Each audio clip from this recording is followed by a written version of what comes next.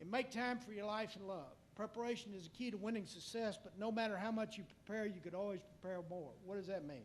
That means that you pass up moments with your family in preparation. Remember that 2,000 billable hours comes at a price. So billing by the hour, in my honest opinion, is the bane of the legal profession. When I started out, we charged flat fees. We did a pretty damn good job of it. And when I started out, our flat fees made us a good living. But one thing that it did, when you charged a flat fee, we were in control of our own lives. We weren't dedicated by an umbilical cord to a computer with a clock in it. Fair enough? When we charged flat fees, we knew how to do it. And we made a good living. We made a fair living, and we represented our clients fairly. This new hourly concept, frankly, it's made a lot of people wealthy. If you're at the top of the pyramid, it's driven a lot of people into the ground. If you're at the bottom of the pyramid, to me it reminds of the old boats where the guy used to sit up there and play the drum, and you'd have to do the oar. Fair enough? And it's you young lawyers that are out there doing the oar, isn't it? And you hope someday you'll be up there and be able to beat the drum. Well, I'll guarantee you these firms that you're going and talking to, if you ask them what's the percentage of people that are able to beat the drums as compared to roll the oars, they'll tell you it's a low percentage. So now we bill by the hour. And time is truly money, and pyramiding within firms has made the associate the slave to the clock, and partners are not exempt from the demand of the billable hour, and you must be willing to turn down income to be with your family. You're going to make a decision as young lawyers between family and the billable hour, or between family and income.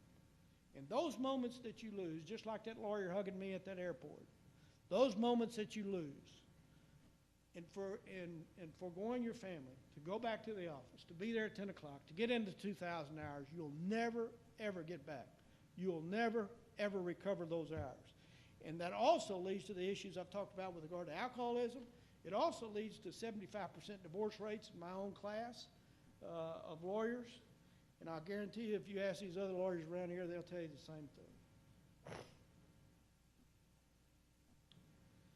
Find a mission, a passion in this world that is worthy of your work, your wit, and your life. And stay up late one night and ask yourself, why am I doing this, and where is it leading? I don't know where we are on time. I've got about 10 minutes. I mentored a young lawyer who's a senior at Texas Tech. He's from Palestine, and he's done extremely well. He put 4 years into the military, in the Marines, so he'd go to school. Then he came back and went to college. Now he's in law school, law review, moot court, the whole bit, okay? We're getting some fantastic offers. And I was talking to him, mentoring, and I said, okay, what do you envision yourself doing 10 years from now, 5 years? Well, I want to be in charge of my own firm. I want to have a firm. I want to represent people. I want to be part of a community. And I said, well, you know, these big firms are offering you all this money, $160,000 a year, $140,000 a year. That's pretty damn good money. I know. That's, you know, gosh, that's a lot of money. My family's never had that kind of money. And so, and then I tried to talk him into with that kind of a resume to clerking for a federal judge or one of the Court of Appeals, just to get some experience and get a little reputation. And then finally, I could tell, I made him an offer. And I said, I'll tell you what, I won't be able to pay you what they can pay you. But I'll guarantee you at the end of it, you won't be an attorney, you'll be a lawyer. And I'll guarantee you at the end of it, you'll have a better life than you would otherwise. And you know what he told me? He says, just like this, he stayed up late one night and asked himself this question. He set out in Lubbock, Texas. He told me, and I'm really proud of him for doing this. He sat up there with a cigar in one hand and single malt scotch in the other. And I know we've talked about alcohol, but sometimes there's, you know, you got to relax a little bit. And I'm proud of him on two things. Number one, I'm proud he did it, but number two, I'm proud that he knew to get single malt instead of blended, you know? And he said, you know, he said, Jim, he says, he calls me Judge. He says, Judge, he said, I really decided, you know, my life is with my family, my wife. And I'm coming home. So do that. Sit up late up one night when you have to make these choices of where you're going to go and what you're going to do and who you're going to be, and say, where is really this road leading me? Get back. You've got 20 years of schooling under your belt. You're a member of the only profession to which an entire branch of government is devoted, so give back something. Not because you have to, but because you owe it to others. and yourself. Before the end of your career, be an Atticus Finch. At least one time throw yourself in a case just because it's the right thing to do. At least one time do that which you came to law school to do, seek justice.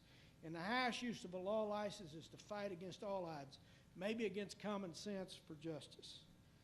So, as Mark Twain said, let us all endeavor to live, that when we come to die, even the undertaker will be sorry.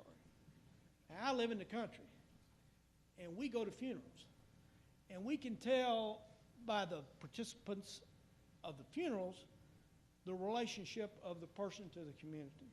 So just like Mark Twain, I encourage all of us to live where we have long lines at our funeral, to live where there's cars in long processions to go to the gravesite, because we're all going to be there one of these days.